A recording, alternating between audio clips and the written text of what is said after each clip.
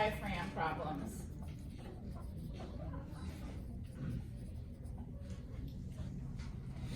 So we don't have to worry about anything though in terms of resistance and compliance and things like that. But our big problem here is going to be diaphragm weakness. So again, just the typical ACVC is fine. The one thing that's different here is we use higher tidal volumes for this patient. Oops. I wrote this too many times. mLs per kilogram. Regular rates, FiO2s, 5 a peep. FiO2 is going to be very dependent on your patient, but they're really going to be low. Maybe 28 to 35%, including room air if they don't, if O2 is not needed. So these patients truly have nothing going on in their lungs and nothing else happening except their muscles are weak. So they don't need a lot of supplemental oxygen. Remember I told you in the beginning of the term, not everybody needs oxygen because we put them on a vent. So you could be on a vent and not need supplemental oxygen. This is the most common patient that you will see that for.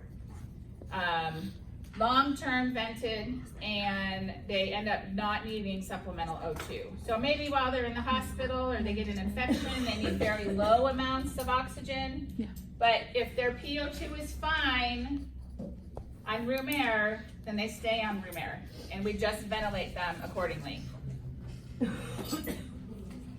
Reasons for the higher tidal volume, they're very prone to atelectasis.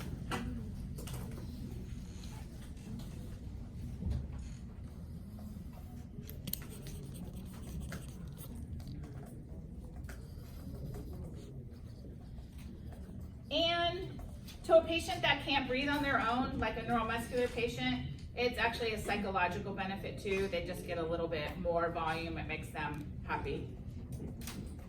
But they're at very high risk for atelectasis because they're not able to do anything on their own.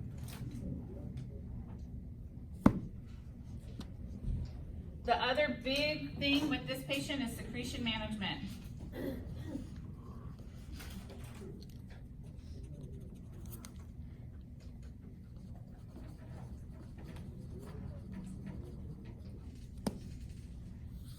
So if you have an MG or GB patient, they might be on the vent a little shorter. You have an ALS patient, they're going to be on the vent for a very long time, right?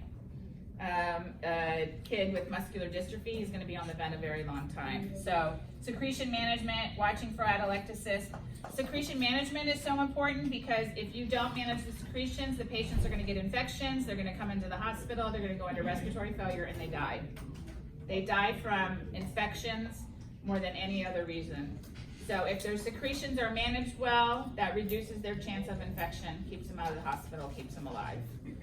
And so the most common thing we see here is a cough assist. Yeah. There we go.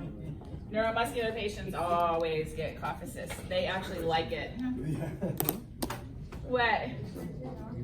Yep. Was that your project? Yep. That's what we got. Is this? Oh, he's on it too. Every 40 minutes. Got this? Whoa. You